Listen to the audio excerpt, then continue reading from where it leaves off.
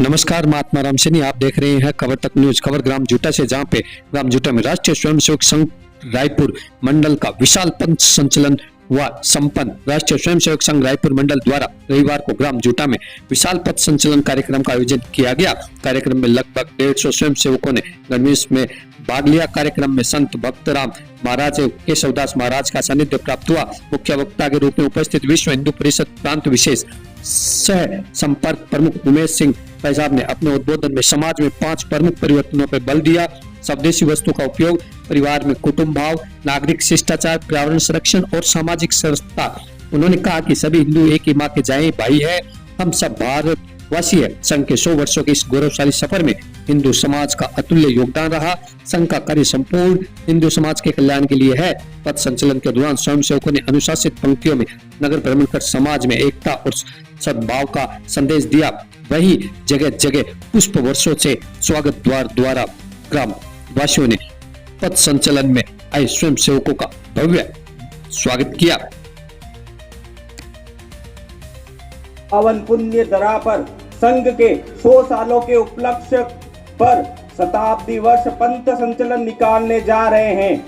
हमारे आराध्य प्रभु श्री राम, श्री कृष्ण, छत्रपति शिवाजी, महाराणा प्रताप और संविधान निर्माता बाबा साहेब अम्बेडकर द्वारा बताए गए मार्ग का स्मरण कर संगच्छदम संवद्धदम संभो मनासी जानताम के भाव को अपने मन में संजोकर पूरी निडरता से अपने पथ संचलन मार्ग पर आगे बढ़ेंगे। बंधुओं, संघ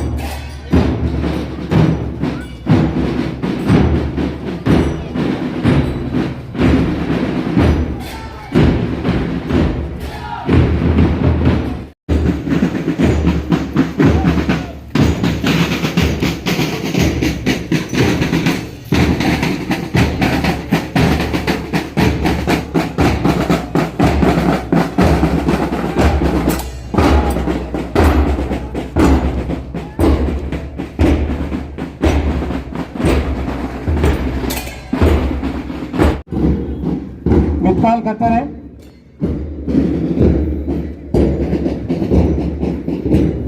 राहुल जी इधर आ जाएंगे।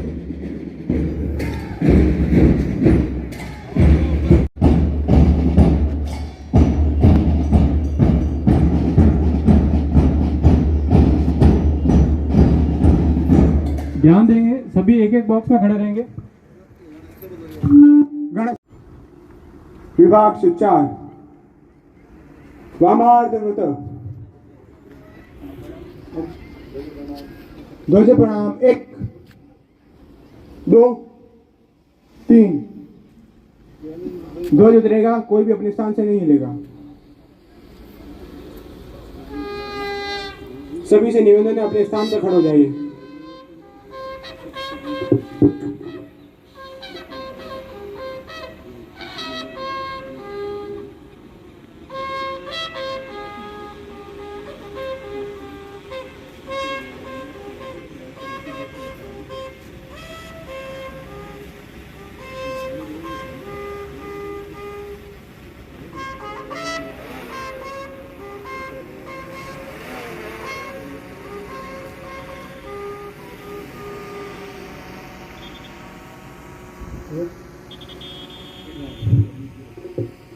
संघ वीर पुनः पूर्वक विषय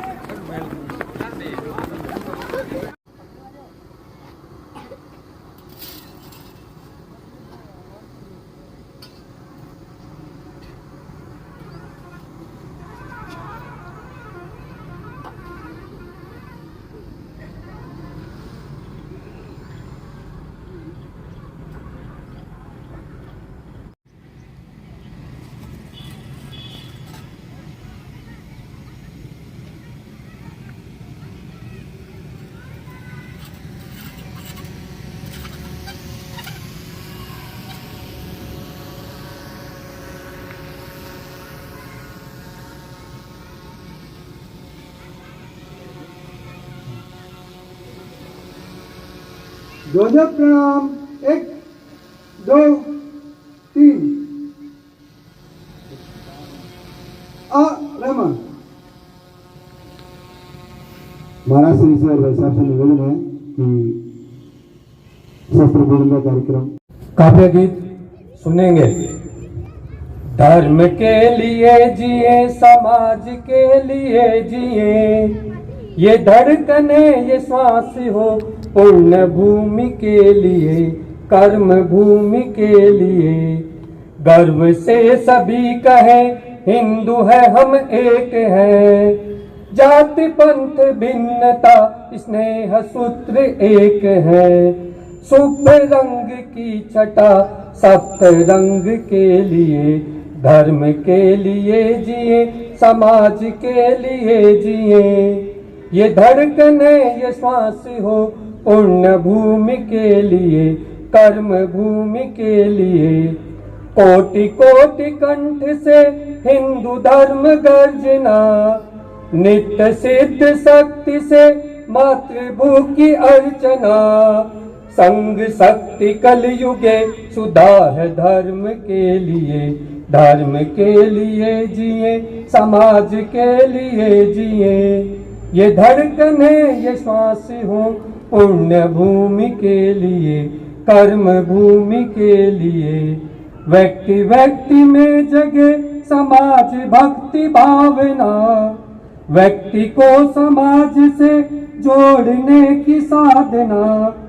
दाव पर सभी लगे धर्म कार्य के लिए, धर्म के लिए जिए, समाज के लिए जिए। ये धड़कने ये श्वास हो पुण्य भूमि के लिए, कर्म भूमि के लिए।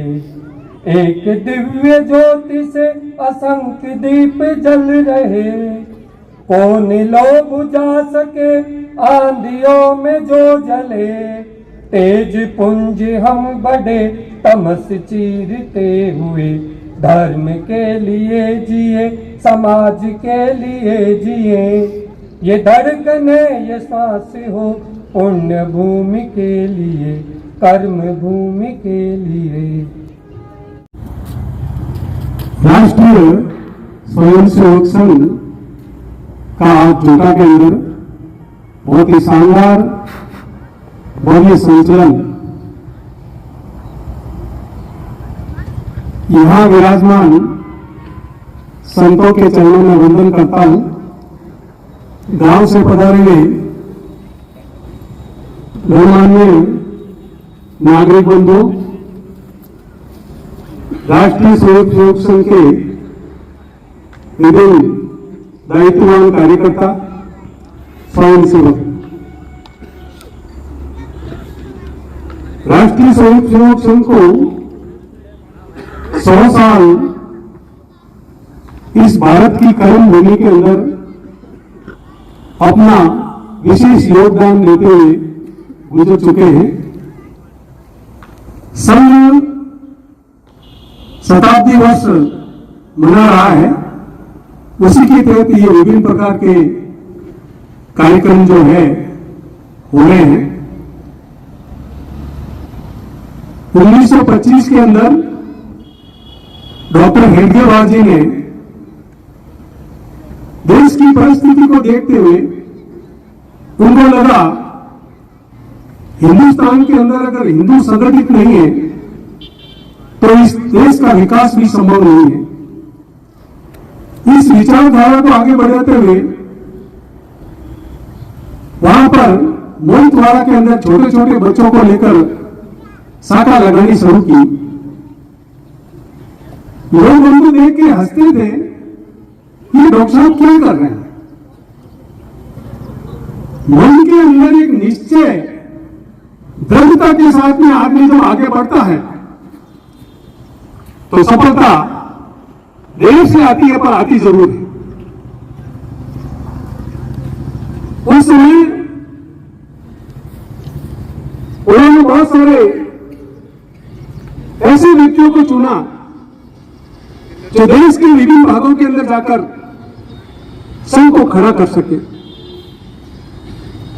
संघ के कार्यक्रमों में जब मैं सुनता हूं उनके अनुभव,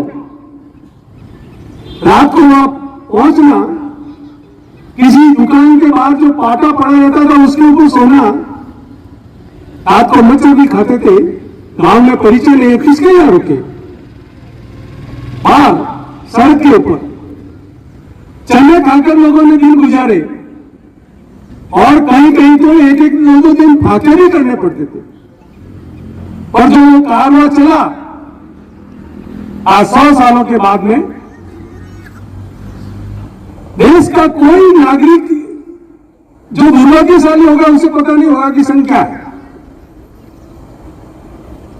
हिंदुओं का संगठन, आज हम सभी हिंदू के नाते यहां आए हैं।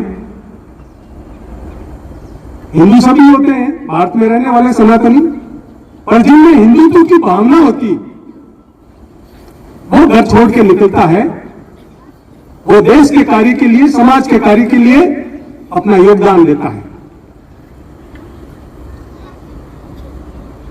हेडगेवार जी के बाद में गुरु जी, उन्होंने संघ का दायित्व लिया और संघ को बहुत आगे तक लेके गए।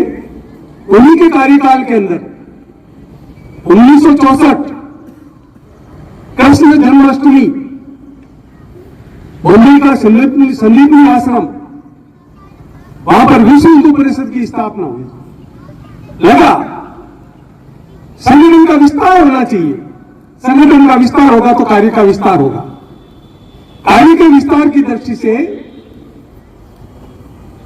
शंकराचार्य जी, गुरु जी, सुशील मुनि जी, जैन संत और अन्य अपने मास्टर तारा सिंह जी, अकाली ये सरदार जी और भी विभिन्न धार्मिक संगठन थे, उन लोगों को बुला के विश्व हिंदू परिषद की 1964 के अंदर स्थापना हुई। विश्व हिंदू परिषद भी 60 पूर्ति वर्ष मना रहा है। देश के अंदर आज जो परिस्थिति है, उस परिस्थिति के अंदर संघ ने ये तय किया है कि 5 बातों के ऊपर हम विचार करेंगे। सबसे पहला, कुटुंब प्रबंधन। परिवार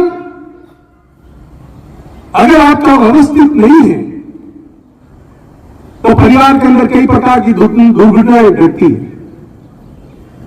कुटुंब प्रबंधन का सबसे एक अहम बिंदु जो होता है, व्यक्ति सुबह काम पे जाता है, कोई 7 बजे जाता है, कोई 8 बजे जाता है, कोई 9 बजे जाता है, पर कम से कम रात्रि का भोजन सभी घर वाले एक साथ बैठकर करें, आपस में वार्तालाप हो,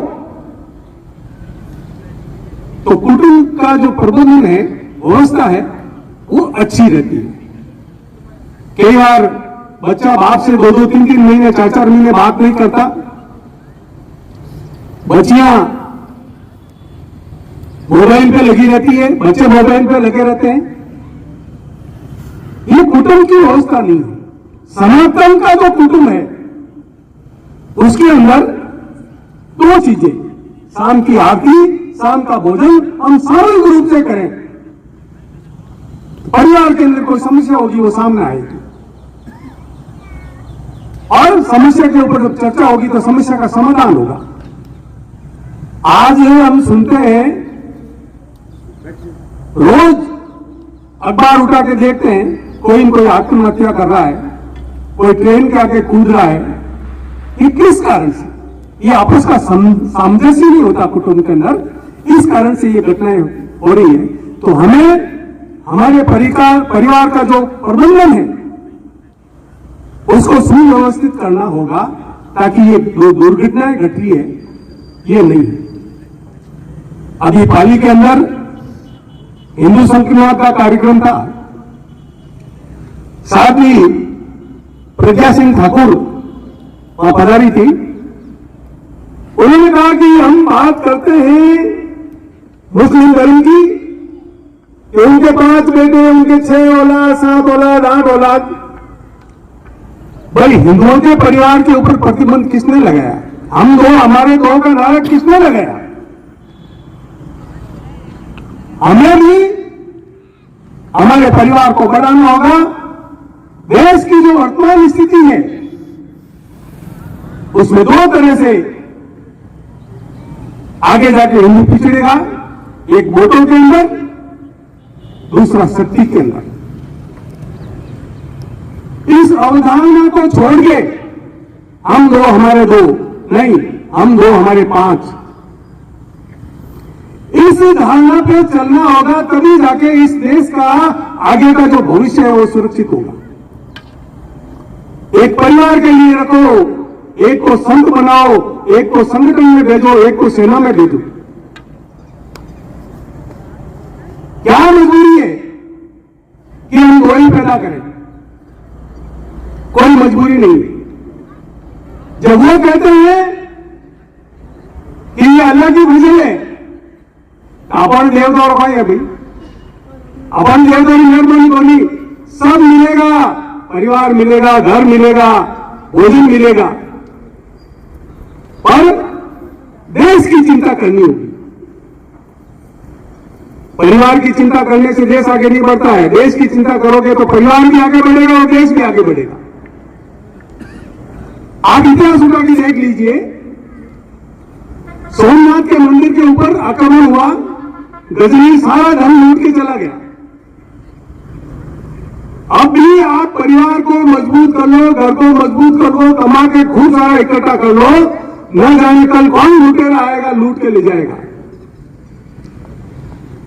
परिवार के साथ में पहला विचार देश का होना चाहिए, मेरा देश मजबूत हो, परिवार अपने आप सुरक्षित होगा, घर अपने आप सुरक्षित होगा। कुटुंब प्रबंधन के बाद में बात आती है समरसता की। हिंदुत्व के अंदर जो ये विकार है, मैं ऊंचा, मैं ठाकुर, मैं ब्राह्मण, इसको छोड़ के सिर्फ एक शब्द मैं हिंदू, इसमें विचार करना होगा। आज यहां से एक आदमी 400 किलोमीटर दूर जाके कोई मेरा मेघवाल बंधु मुस्लिम धर्म अपनाता है तो वहां के लोग क्या कहेंगे, चाचा आओ जाजमा के बैठ। और वही जब सनातनी था, हिंदू था, तो हमने उसको जाजम का कोना तक नहीं दिया। धर्म छोड़ के विधर्मी हो रहा है तब उसको गले लगा रहे हैं। भगवान राम का विचार कीजिए, जिसको हम मानते हैं, जिनका अनुसरण करने के लिए तैयार है। वो राम जब वनवास गए तो पहला निवास निषाद राज के यहां था। राम ने समाज में भेदभाव नहीं किया, तो राम की सनातन ये संस्कृति है, ये क्यों भेदभाव करती है? न हिंदू पतितो भव सर्वे हिंदू सहोदरा।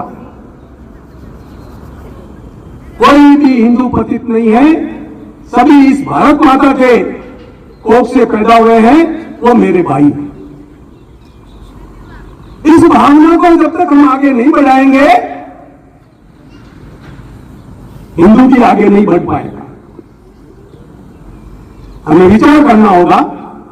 लोग कहते हैं कि अब तो काफी उसमें परिवर्तन हुआ है कि 4 हिंदू कब इकट्ठे होते हैं, जब 5वां कंधे पे होता है। समतान में जाते हैं लाश लेके, उस समय 4 और 5वां कंधे पे होता है। आज तो हम इकट्ठे हैं। बाजार के अंदर मैंने देखा संचलन, सभी हाथ मिलाते हुए, हाथ मिलते हैं, कदम मिलते हैं तो दिल भी मिलता है, और दिल मिलेगा तो विचार भी मिलेंगे, और हमें देश का चिंतन करना होगा। मेरा देश सर्वप्रथम, उसके बाद में सब। विचार करो, जब आप बैठे रहते हो, कई जन को गोटा हालना है भाई साहब, मैंने तो मरी नहीं फुर्सत को नहीं, जहर खाऊ नहीं फुर्सत को नहीं। कोरोना काल में मैंने की कौन नहीं फुर्सत मिली, उनके में कौन जहर खाई। समय मिलता है, समय का भी हमारे पास प्रबंधन होना चाहिए। हम सुबह उठेंगे, काम करेंगे, जो समय बचता है उसका हम संगठन को काम देंगे, संगठन को समय देंगे। एक दिन सप्ताह में, पहले छुट्टी होती थी, अब तो 2 दिन होगी। हम भी हमारे परिवार से संगठन के कार्य के लिए 1 दिन के लिए निकले, पास के गांव में जाएं, 10 कोस दूर गांव है, वहां जाएं, वहां लोगों से मिले। अभी ये संगठन के अंदर ये कार्यक्रम भी है, हमें गांव गांव जाकर शाखा भी लगानी है। लोगों को लगे कि शाखा क्या होती है, जब नहीं लगी वहां जाएंगे, वहां जाके शाखा लगाएंगे, ताकि उनको लगे संघ क्या चीज है। कोई भी भारतवासी इस संघ के परिचय से अछूता न रहे, ये इस शताब्दी वर्ष में हमें करना है। हमारा कोई भाई पिछड़ा नहीं, कोई भाई अगड़ा नहीं, सभी हिंदू। मैंने मोदी के अंदर एक बार सुना था, बहुत पहले की बात है, महात्मा गांधी संघ की शाखा में आ गए थे, और उन्होंने प्रत्येक स्वयंसेवक से पूछा, तुम्हारी जात क्या है? हिंदू। दूसरे से पूछा, तुम्हारी जात क्या है? कि हिंदू। वैसे वैसे वैसे कौन सी जात है? कि हिंदू। बड़ा आश्चर्य हुआ। वो छुआछूत नहीं मिटा पाए, इस संघ ने मिटा दिया। संघ के किसी भी कार्यक्रम के अंदर कभी नहीं लगता है कि यहां छुआछूत है। भीमराव अंबेडकर को आज की तारीख में इस मंच से मैं याद करूंगा। उन्होंने हिंदू धर्म जब त्यागने का निश्चय किया तो आपको सुन के आश्चर्य होंगे कि ईसाइयों के बड़े बड़े पादरी और मुसलमानों के मौलवी भीमराव अंबेडकर जी से मिलने के लिए गए। आवाज आ रही है ना? मिलने के लिए क्यों गए? वो इसलिए गए, भीमराव अंबेडकर को मुसलमान चाहते थे कि मुसलमान बनाए, ईसाई चाहते थे ईसाई। और उस समय भारत के अंदर लगभग 48 और 50 लाख के लगभग अनुसूचित जाति के लोग थे।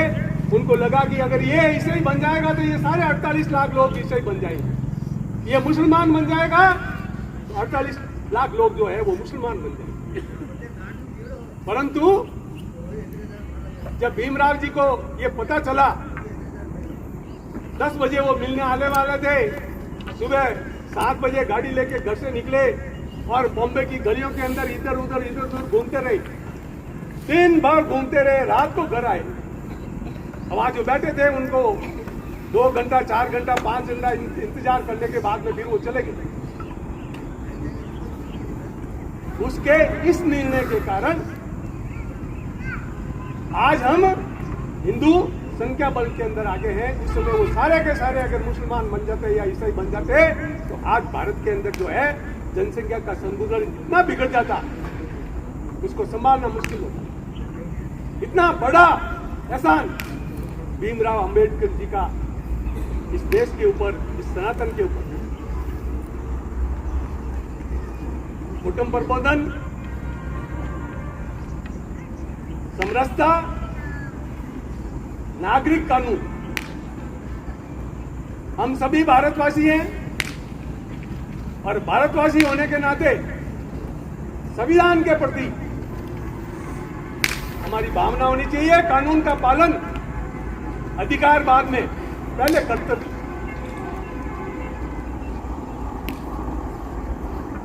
लोग कहते हैं कि मोटरसाइकिल चलाते समय हेलमेट पहनना चाहिए और हमें शर्म आती।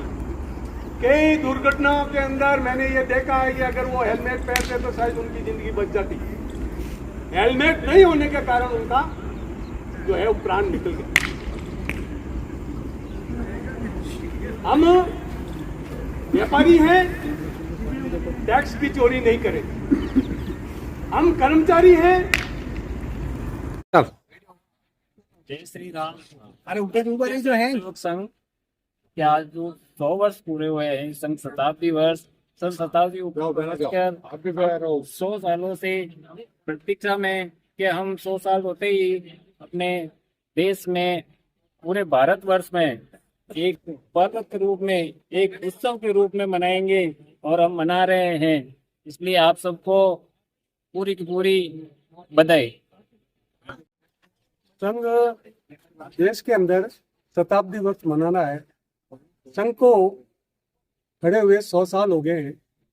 100 सालों के अंदर संघ ने कई उतार चढ़ाव देखे और संघ ने अपना धैर्य नहीं खोया। उसी का परिणाम है कि आज जन जन के अंदर हमारी जो भावनाएं हैं वो सब लोगों के अंदर है और सब इस बात को स्वीकार करते हैं कि संघ जो है हिंदू धर्म को आगे ले जाने का कार्य कर रहा है। जय श्री राम।